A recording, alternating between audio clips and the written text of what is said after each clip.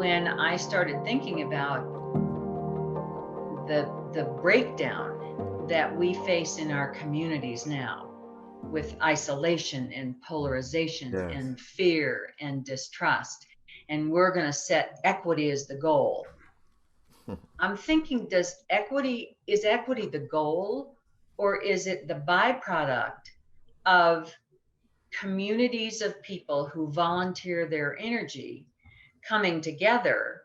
And if I'm coming as a volunteer, I oftentimes don't, I bring my love of the mission Yeah, first. that's right. And so when people come together around a common mission, then healthy communities are formed because of their common interest, not because of their common enemy. Yeah. And I think so much of what we're seeing now. So if we go after the how do we push people to have common interests and include all their brothers and sisters, or Mhm. how do we invite them to come into those arenas where they are so passionate about the mission that needs to be accomplished, that they come in and look first at the mission, not at the color or the Mhm. status or the Mhm. whatever. Yeah, I like where you're going with this, Jane. The way I think about it is first around establishing a shared understanding. In so many spaces, we use language and have different definitions for it. we think about concepts and have different ways of making sense of those things, right? But at the core of it, it's what you described.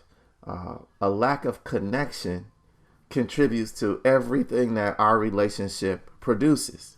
And so if we prioritize relationship, which is a part of that cultural emphasis that I talked about, if I have an appreciation, for example, of your faith background, of the rituals that make up your routines on a daily basis, your values and beliefs around critical aspects of society and the things that matter most to all of us as contributors to this social system, right? It's Americans, as people who are contributing to, I think, the ultimate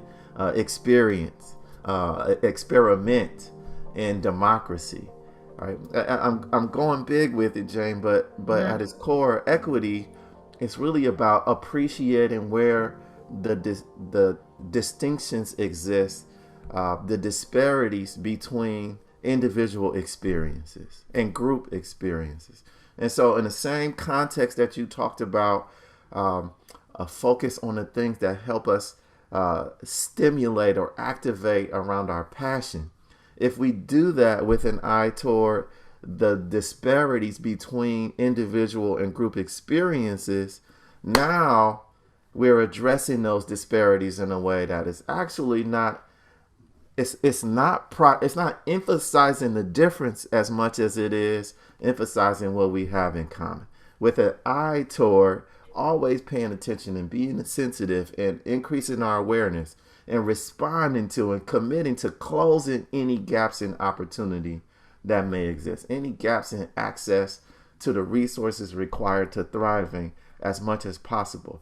But we're doing so from a shared understanding and experience of the thing that makes us most fulfilled, makes us feel most alive, those things about which we're most passionate, which Mm-hmm.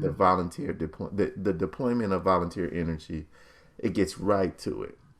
And so yeah, I see this strategic approach as a powerful way for us to get beyond some of the things that trip us up in the more conventional conversation around moralistic points of view for like Mm-hmm. what's right and wrong, and the but it still pays attention to history, right? We're still focused on issues that matter and have a history, and we're saying this is how things have progressed over time, which is a major component of equity.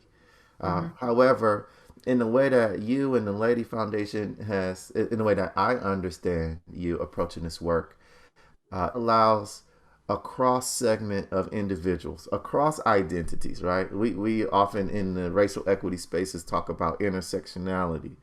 You found an approach that allows for the most intersectionally diverse group of people to come together around a common passion. Something outside themselves. Something outside of themselves. And if we come to whatever kind of community experience, whether it's a work experience or a Girl Scout troop or a church or the Olympics or whatever, if we come to it primarily with the focus on ourselves, then all those disparities, all those differences come to the surface, and we're sifting them through. That's How right. will this impact me, and do I agree with or not? That's But right. if there is that thing, whether it's a neighborhood park or whether it's a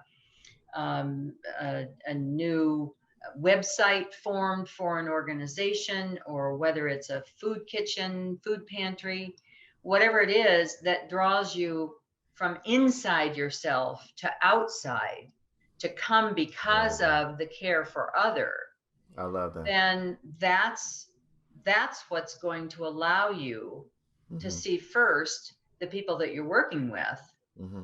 see them first through the lens of your commonality